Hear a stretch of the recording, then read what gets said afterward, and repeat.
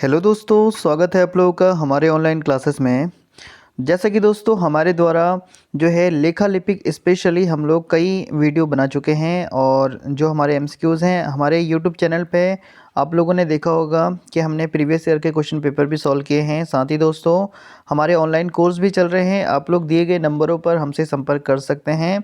अगर आप लोग लेखा लिपिक या फिर किसी भी कॉमर्स रिलेटेड अगर आप लोग का एग्ज़ाम है, तो अगर आप बेसिक अकाउंटिंग से हमसे सीखना चाहते हैं तो हमारे इन दिए गए नंबरों पे आप लोग संपर्क कर सकते हैं।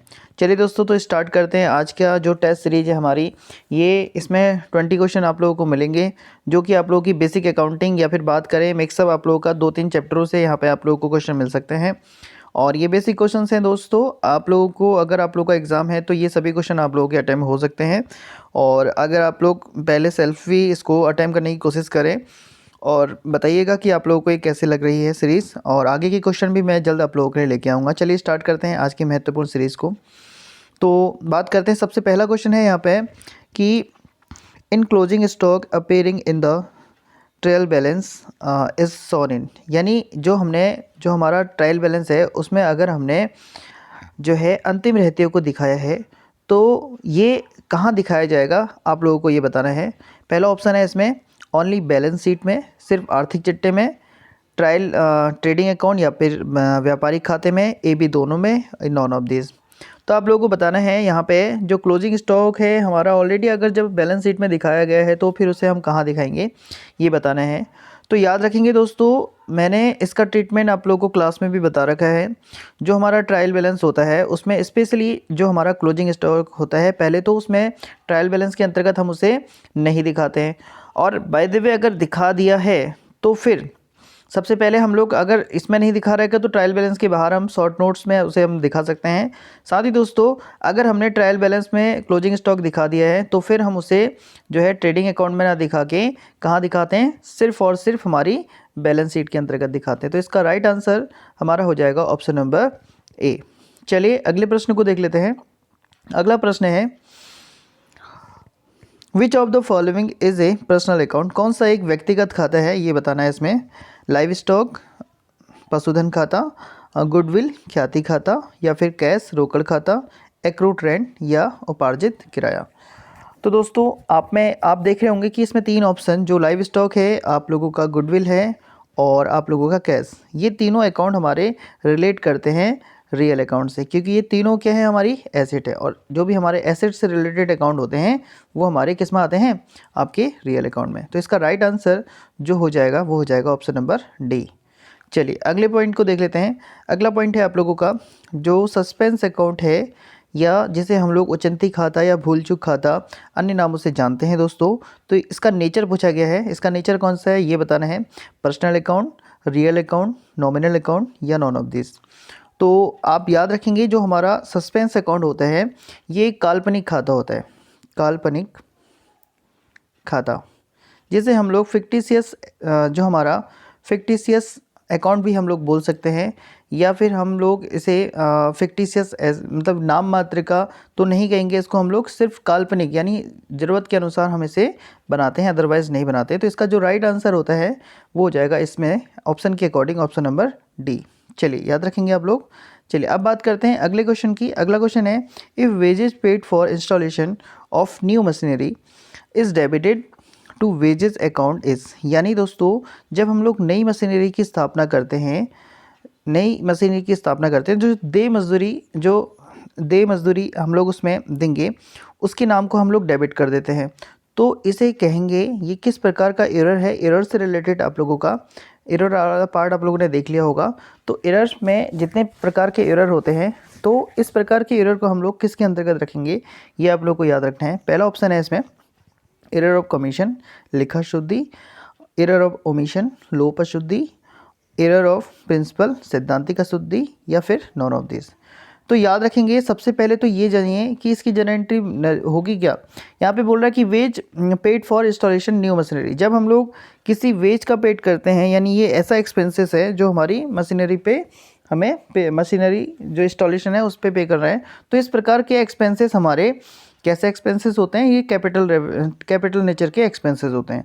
अब जब कैपिटल नेचर के एक्सपेंसेस होंगे तो इसकी जो एंट्री बनेगी, हम लोग वेजेस अकाउंट ना करके हम क्या करेंगे, मशीनरी अकाउंट करेंगे। तो ये हमारा क्या हो जाएगा, मशीनरी अकाउंट डेबिट टू हमारा जो भी हमारा कैश होगा वो हम लोग पे करेंगे।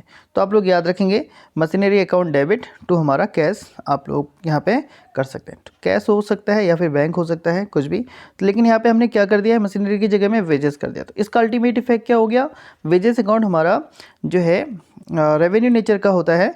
तो इसमें रेवेन्यू नेचर का अकाउंट होता है।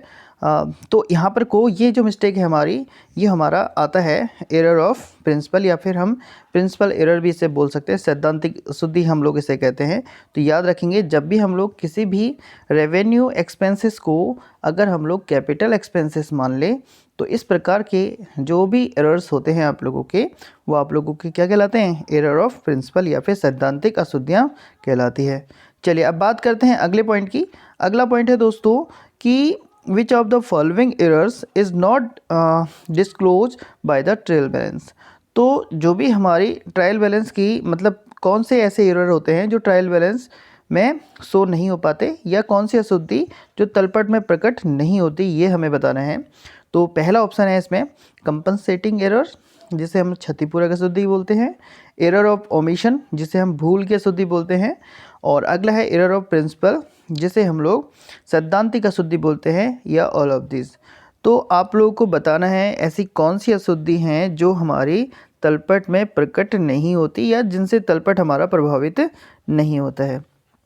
तो दोस्तों यहाँ पर आप लोग देखेंगे, जो क्षतिपूरक है, कंपनसेटिंग जो हमारी एरर होते हैं, ये भी हमारे ट्रायल बैलेंस को इफ़ेक्ट नहीं करते हैं। और अगर मैं बात करूं जो भूल की अशुद्धि होती है, लेकिन यहाँ पे को भूल की अशुद्धि में दो प्रकार की होती है, आप लोगों ने देखा होगा, एक पार्टली और एक फुली ओमिशन। तो अगर पार्टली वाली होती है वो तो हमारी इफेक्ट करती है, लेकिन जो फुली अगर हम बात करें, जो हमारा फुली ओमिशन, अगर कंप्लीट ओमिशन होता है तो वो बिल्कुल भी इफेक्ट नहीं करती है। तो इस प्रकार ये भी हमारा कंसिडर हो जाएगा, ये भी कंसिडर हो जाएगा। एरर ऑफ जो प्रिंसिपल होता है, ये भी हमारा जो है ट्रायल बैलेंस को इफेक्ट नहीं करता। तो इस प्रकार से आप देखेंगे, इसका जो राइट आंसर हो जाएगा ऑप्शन नंबर डी हो जाएगा। ठीक है। अच्छा, यहाँ पे आप देखेंगे जो एरर ऑफ ओमिशन है, यहाँ पे को कन्फ्यूज होने की ज़रूरत नहीं है। इसके दो पार्ट होते हैं, मैंने आप लोगों को वीडियो में बता रखा है। एक तो आप लोगों का पार्टली वाला होता है, पार्टली ओमिशन, और दूसरा हमारा होता है आप लोगों का कंप्लीट ओमिशन। तो यहाँ पर को कंप्लीट ओमिशन जब होता है तो वो हमारे ट्रायल बैलेंस को इफेक्ट नहीं करता है, ये आप लोगों को याद रखना है। चलिए अगले प्रश्न की तरफ चलते हैं। अगला प्रश्न है कि which type of error when credit sale is wrongly posted to purchase books, यानी जब हम उधार विक्रय को गलती से हम लोग क्रय बही में लिख लेते हैं, तो इस प्रकार की गलती को या अशुद्धि को हम क्या कहेंगे, या कौन सी ये अशुद्धि कहलाएगी, ये आप लोगों को बताना है। तो पहला ऑप्शन है एरर ऑफ कमीशन, अगला ऑप्शन है एरर ऑफ ओमिशन, अगला ऑप्शन है एरर ऑफ प्रिंसिपल, अगला ऑप्शन है कंपनसेटिंग एरर। तो दोस्तों याद रखेंगे, जो भी हमारे इस प्रकार की मिस्टेक्स होती है, रॉन्ग एंट्री या फिर रॉन्ग पोस्टिंग, याद रखेंगे आप लोग, रॉन्ग एंट्री, रॉन्ग पोस्टिंग, या फिर हम लोगों ने फिगर चेंज करके हमने कोई पॉइंट लिख दिए हैं, तो इस प्रकार के एरर जो हमारे होते हैं वो कहलाता है आप लोगों का एरर ऑफ कमीशन। ये कई प्रकार के हो सकते हैं, रॉन्ग पोस्टिंग हो सकती हैं, आप लोगों की रॉन्ग एंट्री हो सकती है, रॉन्ग ट्रांसफ़र एंट्री हो सकती है। तो ये कई प्रकार के होते हैं, तो इन्हें कहते हैं हम लेखा अशुद्धि। तो ये एक लेखा अशुद्धि है, आप लोग याद रखेंगे। एरर ऑफ ओमिशन में क्या होता है, एरर ऑफ ओमिशन में हम लोग कह सकते हैं जब हम कोई चीज़ लिखना भूल जाते हैं, ये होता है। और अब अगर हम बात करें एरर ऑफ प्रिंसिपल, जब किसी हम लोग क्या करें, जो भी आप लोगों के प्रिंसिपल से रिलेटेड हो, जैसे कैपिटल एक्सपेंसेस को हम लोग रेवेन्यू एक्सपेंसेस मान ले, तो इस प्रकार के जो भी होते हैं ये आप लोगों के प्रिंसिपल रिलेटेड, तो वो आप लोगों के ये वाले एरर हो गए। फिर बात करते हैं आप लोगों का कंपनसेटिंग एरर, तो ये हमारे क्षतिपूरक अशुद्धि होती है। तो आप लोग ये याद रखेंगे, आप लोगों का स्पेशली अगर मैं बात करूं, अगर आप लोगों से क्लेरिकल एरर अगर आता है, ठीक है, ये मैं वीडियो में भी बता चुका हूँ, आप लोग देख सकते हैं।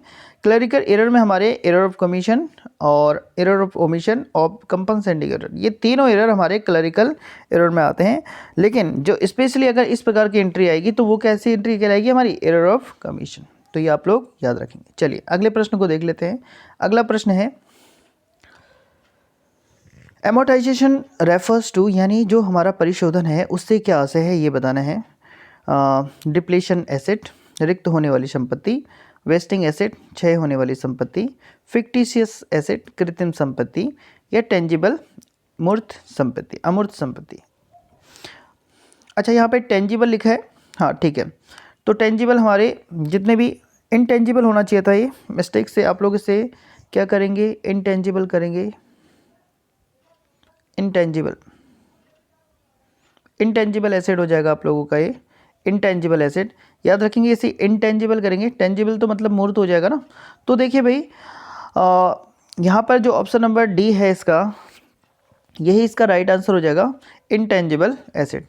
हिंदी में तो सही लिखा है अमूर्त, लेकिन इंग्लिश में गलत लिख दिया है। आप लोग इसे करेक्शन करके सही कर सकते हैं, इसे आप लोग इंटेंजिबल कीजिएगा। तो अमूर्त संपत्तियों पर हम लोग अमोर्टाइजेशन, जिस प्रकार से हम लोग डेप्रिसिएशन हम लगाते हैं, आप लोगों को पता है डेप्रिसिएशन किस पे लगाते हैं, जितने भी हमारे फिक्स एसेट होते हैं उन पर हम लोग क्या लगाते हैं, हम लोग डेप्रिसिएशन लगाते हैं, सिर्फ किसको छोड़कर, लैंड को छोड़कर। तो वैसे ही हमारे जितने भी अमूर्त संपत्तियां होती हैं, जैसे आप लोगों का कॉपीराइट हो गया, पेटेंट हो गया, और आप लोगों का जितने भी हमारे क्या होते हैं, जितने भी हमारे एसेट, ऐसे एसेट होते हैं जो इंटेंजिबल होते हैं, जिसे हम छू या देख नहीं सकते। इस प्रकार की एसेट्स को हम लोग, इस प्रकार के अगर जो एसेट अगर हमारी कम हो रही है तो उसमें हम लोग एमोर्टाइजेशन, उनमें कमी हो रही है तो उस प्रकार के लिए हम लोग एमोर्टाइजेशन का प्रयोग करते हैं। चलिए अगले प्रश्न की तरफ चलते हैं। चलिए देखते हैं। डेप्रिसिएशन है क्या है ये बताना है। एक एक्सपेंस है, या रेवेन्यू लॉस है, या इनकम है, या लाइबिलिटीज़ है। तो दोस्तों याद रखेंगे जो हमारा डेप्रिसिएशन है इसे हम लोग एक्सपेंस नहीं मानते हैं, और ना ही ये तो हमारी आय हुई नहीं, और लाइबिलिटी भी नहीं है। तो इस प्रकार से इसका राइट आंसर हो जाएगा क्या, रेवेन्यू लॉस, यानी आयगत हानि हम इसे मानते हैं। चलिए अगले प्रश्न को देख लेते हैं। अगला प्रश्न है इसमें, अगला प्रश्न है अकाउंटिंग स्टैंडर्ड 6 रिलेटेड टू, जो लेखा मानक 6 है इसका संबंध किससे है। तो लेखा मानक 6 का संबंध दोस्तों मैं कई बार बोल चुका हूँ आप लोगों से, और इससे पहले भी मैं जो क्वेश्चन लेके आया था बेसिक वहाँ पे आ चुका होगा। तो आप देख सकते हैं लीज से है, कैश फ्लो से है, डेप्रिसिएशन से है, या फिर फिक्स एसेट से है। तो आप याद रखेंगे जो हमारा लेखा मानक 6 है ये स्पेशली हमारा डेप्रिसिएशन से है, लेकिन प्रेजेंट टाइम में जो हमारा लेखा मानक 6 है इसको हम लोगों ने नहीं, ICAI के द्वारा मर्ज कर दिया गया है, जो कि AS 10 के अंतर्गत अब इसे मर्ज कर दिया है। ठीक है, AS 10 यानी जो हमारा डेप्रिसिएशन है आज की डेट में वो AS 10 में सम्मिलित कर दिया गया है। चलिए दोस्तों अगले पॉइंट को देख लेते हैं, अगले प्रश्न को देख लेते हैं। अगला प्रश्न है कि जो ट्रायल बैलेंस है हमारा, ट्रायल बैलेंस होता है वो क्या है। लिस्ट ऑफ बैलेंस, शेषों की सूची, नॉमिनल अकाउंट, नाममात्र का खाता, रियल अकाउंट वास्तविक खाता, या पर्सनल अकाउंट व्यक्तिगत खाता। तो याद रखेंगे जो हमारा ट्रायल बैलेंस होता है ये हमारा लिस्ट ऑफ बैलेंस, यानी हमारे जो शेष होते हैं, जितने हमारे खातों के जो शेष होते हैं, लेजर के जो शेष होते हैं उनकी सूची होती है, आप लोग याद रखेंगे। तो इसका right answer option number A हो जाएगा। चलिए अगले प्रश्न को देख लेते हैं।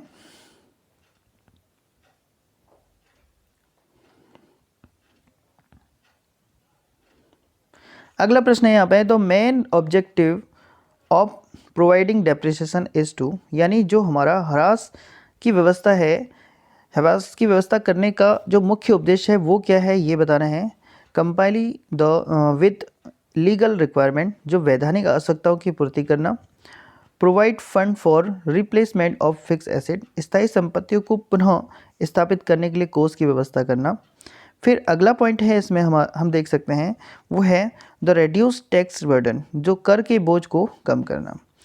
तो आप लोगों को बताना है जो हमारा जो डेप्रिसिएशन होता है उसका मेन ऑब्जेक्टिव इनमें से कौन सा है।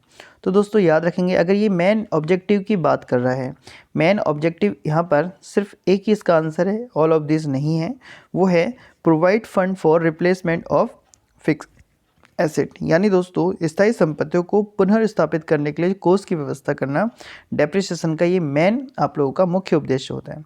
अगर ये सिर्फ ऑब्जेक्टिव की बात करता है तो आप लोग कह सकते हैं देखो रेड्यूसिंग जो टैक्स बर्डन है उसे रेड्यूसिंग करना इसका मोटो नहीं है, लेकिन इससे हमारा टैक्स रेड्यूस ज़रूर होता है, ये इसका मुख्य ऑब्जेक्ट नहीं है। बस थोड़ा सा यहाँ पे ये डिफरेंट है, आप लोग याद रखेंगे। ठीक है, चलिए अगले प्रश्न को देख लेते हैं। अगला प्रश्न है when trial balance is not matched which account is open, यानी जब तलपट का योग नहीं मिलता तो हम कौन सा खाता खोलते हैं, ये आप लोगों को बताना है। जब हमारा ट्रायल बैलेंस मैच नहीं करता तो इस कंडीशन में किस अकाउंट को खोला जाता है। काफ़ी बार आ चुका क्वेश्चन है और अब मे भी आप लोगों को पता होगा, तो याद रखेंगे इसका जो राइट आंसर है वो है option number C, suspense account या उचंती खाता। इससे पहले भी आ चुका है शायद ये इसी प्रकार से, उचंती खाता जिसे हम लोग भूल चूक खाता भी कहते हैं। अगले प्रश्न को देखते हैं। अगला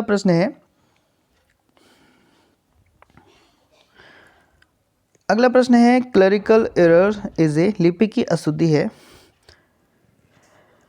इससे पहले मैंने बताया था आप लोगों को इसका राइट आंसर दोस्तों देखिए, इसमें क्लरिकल लिपि की अशुद्धि है। आयोग ने ये क्वेश्चन ऑलरेडी पूछ चुका है पहले भी, आप लोग इसे अच्छे से समझिएगा। मैंने अभी बताया था आप लोगों को दो प्रकार की मिस्टेक्स होती हैं, दो प्रकार की नहीं बताया था मैंने, क्लरिकल बताया था आप लोगों को। तो यहाँ पे आप देख सकते हैं error of principal, error of commission, compensating error यानी क्षतिपूरक अशुद्धि। ऑप्शन नंबर डी इसमें बी एंड सी है। तो दोस्तों हमारी जो अशुद्धि होती है मेनली दो ही प्रकार की होती है। इसे हम दो प्रकार से कई प्रकार से बांट सकते हैं। वैसे देखा जाए तो आप लोगों ने देखा होगा सिंगल साइड इफेक्टेड और डबल साइड इफेक्टेड, एक पक्षीय अशुद्धि, द्विपक्षीय अशुद्धि। तो आप लोग याद रखेंगे जो हमारा सिर्फ इसमें से प्रिंसिपल ऑफ एरर, चार प्रकार की मेनली हमारी चार अशुद्धियाँ होती हैं, error of principal, error of commission, error of omission और आप लोगों का कंपनसेटिव। तो ये चार प्रकार में से तीन आप लोगों की एरर ऑफ प्रिंसिपल को छोड़कर तीन आप लोगों की कौन सी होती है, क्लरिकल आप लोगों की एरर्स कहलाते हैं। तो आप लोगों को याद रखना है इसका जो राइट आंसर हो जाएगा, कमीशन और ओमिशन दोनों है और कंपनसेटिंग भी आप लोगों का क्लरिकल एरर में आ जाता है। तो इसका right answer option number D हो जाएगा। चलिए अगले प्रश्न को देख लेते हैं। अगला प्रश्न है obsolescence means decrease in value due to, अप्रचलन का मतलब किस कमी के कारण से ऐसे है। यानी दोस्तों जो ऑब्सोलेसेंस हमारा है ये किस प्रकार की कमी है जो लगता है, ये शब्द है अप्रचलन हो गया आप लोगों का। इससे पहले हमने परिशोधन की बात करी, एक वर्ड और आता है उसके बारे में बात करेंगे, डिप्लीशन, जो मैं बता चुका हूँ क्लास में भी आप लोगों को। तो देखिए ये किस प्रकार अप्रचलन हमारा किस कमी को कहते हैं, किस प्रकार की कमी को कहते हैं या उसका क्या कारण हो सकता है।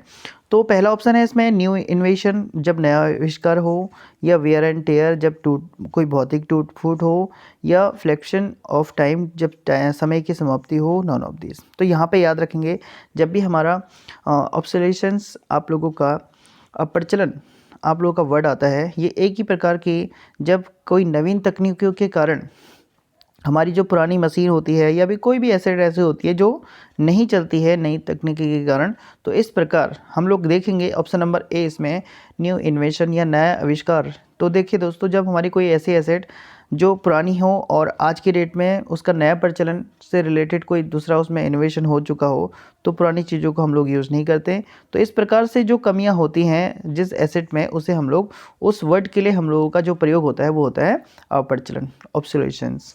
तो आप लोग याद रखेंगे। चलिए अगले प्रश्न को देख लेते हैं। अगला प्रश्न है how many column in trial balance, तलपट में कितने कॉलम होते हैं ये बताना है, 4, 6, 5, 8। तो दोस्तों जैसे कि मैंने बताया होगा आप लोगों को, इसमें जो कॉलम होते हैं हमारे 5 होते हैं। अब 5 कौन कौन से होते हैं जल्दी से देख लेते हैं। सबसे पहला हमारा हम लोग सीरियल नंबर ले सकते हैं इसमें, सीरियल नंबर या डेट तो नहीं लेंगे क्योंकि एज ऑन हमारा ये बनता है एज ऑन में। और हम फिर अगला जो टॉपिक पॉइंट लेंगे पर्टिकुलर ना लेके हम लोग क्या लेंगे इसमें, हेड ऑफ अकाउंट्स ले लेंगे, हेड ऑफ अकाउंट। और अगला हम लोग लेजर फोलियो ले लेंगे और अगला हम लोग डेबिट अमाउंट और क्रेडिट अमाउंट। तो इस प्रकार से 1 2 3 4 5, तो 5 हमारे इसमें राइट आंसर हो जाएंगे। आप लोग देख सकते हैं इसका right answer option number C हो जाएगा। चलिए अगले प्रश्न को देख लेते हैं। अगला प्रश्न है ट्रायल बैलेंस चेक, यानी जो तलपट है वो क्या जांच करता है। पहला ऑप्शन है वैल्यूएशन ऑफ क्लोजिंग स्टॉक, अंतिम रहतिया का मूल्यांकन, ऑल टाइप्स ऑफ एरर, सभी प्रकार की अशुद्धियाँ, ऑल एसेट एंड लाइबिलिटी, सभी संपत्ति और दायित्वों को, या फिर बात करें arithmetic accuracy of accounting entries. तो इसको हिंदी में देख लीजिए आप लोग, लेखांकन की गणितीय अशुद्धि को। तो दोस्तों याद रखेंगे जो हमारा ट्रायल बैलेंस होता है वो जांच किसकी करता है, वो करता है हमारा जो भी हमारा arithmetical accuracy of accounting entries होती हैं, गणितीय अशुद्धियाँ, लेखांकन की जो गणितीय अशुद्धि होती है उसकी जांच करता है हमारा ट्रायल बैलेंस। अब अगले प्रश्न की तरफ चलते हैं। अगला प्रश्न है depreciation on machine start from the date.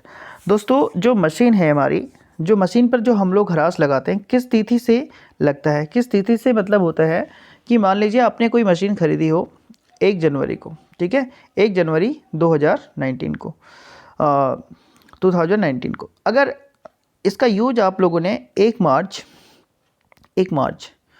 2020 को किया है, तो आप डेप्रिसिएशन कब से लगाएंगे, जिस दिन से आपने खरीदा तब से, या फिर जिस दिन से आपने उसको यूज किया तब से, जब से आपने चलाई।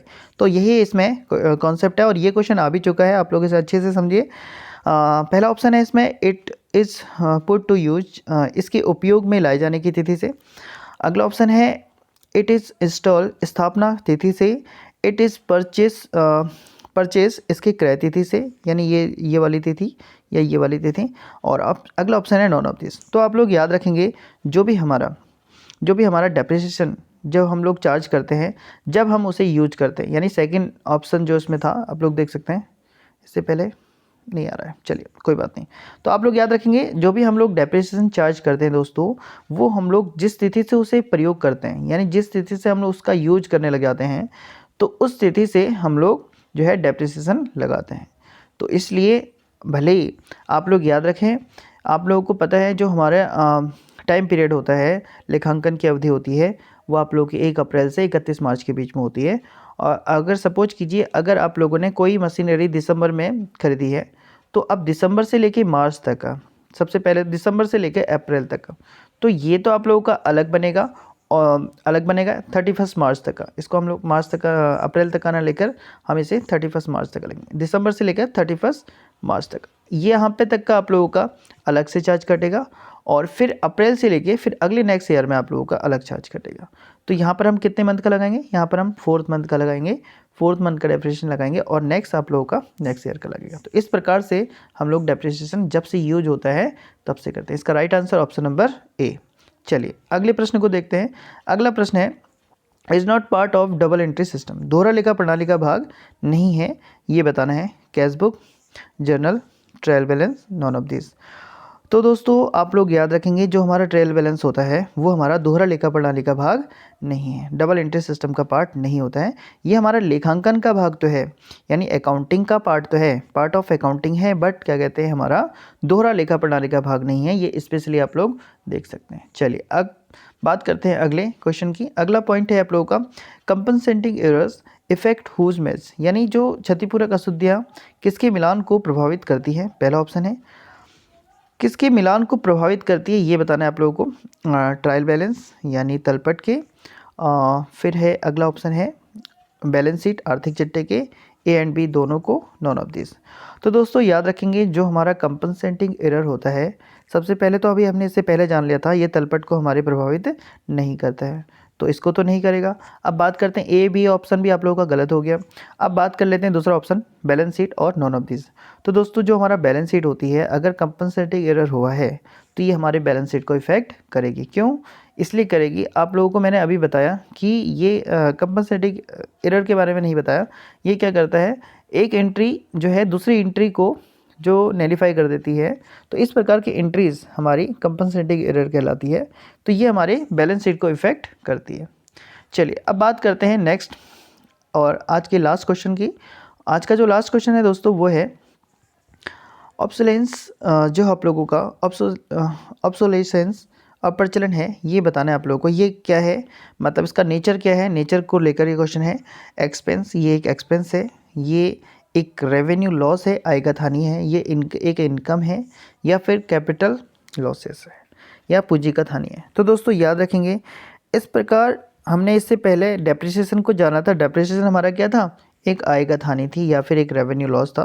लेकिन अगर ऑब्सोलेशंस आएगा आप लोगों का, अप्रचलन आएगा, तो ये एक हमारा कैपिटल लॉस होता है, यानी पूंजीगत हानि होती है। तो इसका right answer option number D हो जाएगा।